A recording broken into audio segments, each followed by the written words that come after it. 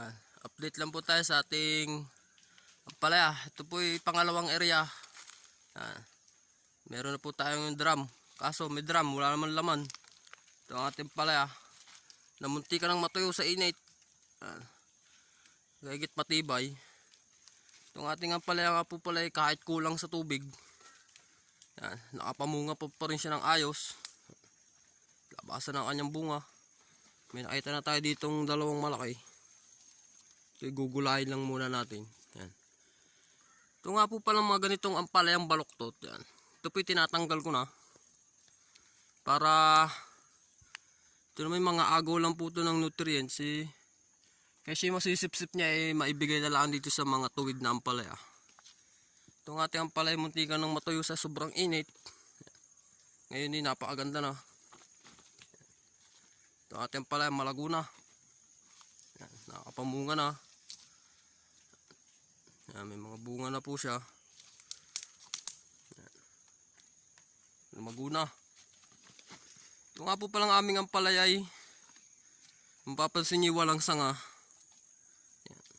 Ito po tinanggal ko ang mga sanga dahil kukulang po sa tubig mamunga man po siya puro baluktot. Yan, tulad na ro. Ganyan lang po magiging bunga niya dahil kulang po sa tubig. Ito po tuyong tuyo. Ito nakapamunga na. Ito yung mga 10 araw pa makakapitas na kahit papaano. Yan. Ito nga ating pala nabunga na ng ayos. Lumago na. Maganda rito at walang sakit. Napakaganda ng kanyang talbos.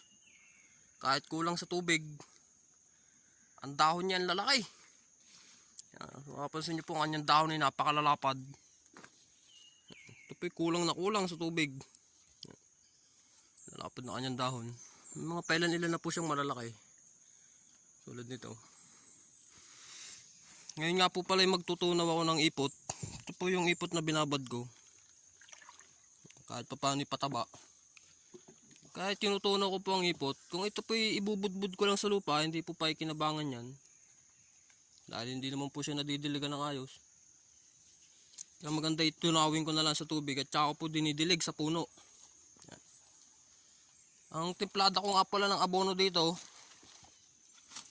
ay 3 lata ng sardinas na triple 16 sa isang 16 liters. Kahit pa paano mapuna ng kanyang kakulangan sa tubig. Yan. Ang triple 16 nga po pala mataas na nitrogen. Kaya kahit kulang na kulang sa tubig ang ating ampalaya ay talaga nasuportahan niya ang dahon. Hindi gaya doon sa ating unang area na ang diliit ng dahon, nangulot pa. Dito naman kulang na kulang sa tubig. Tuyong-tuyo na po ang lupa. Pero ang ganda pa rin ng kanyang dahon, talbos, nakapamunga ng ayos. Ito ang kanyang talbos na healthy. Ang lalago. Ito nga po pala bumili kami ng ganitong drum. Yan. Kahit pa paano nalalagyan namin ng laman. Nakakapagdilig-dilig kahit tagkakaunti.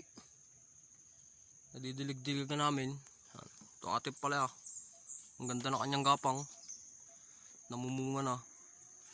Ito nga po pala variety nito Galaxy Max. Ito yung pala pong napakaganda po pala sa initan. Ito yung napakatibay. Yan.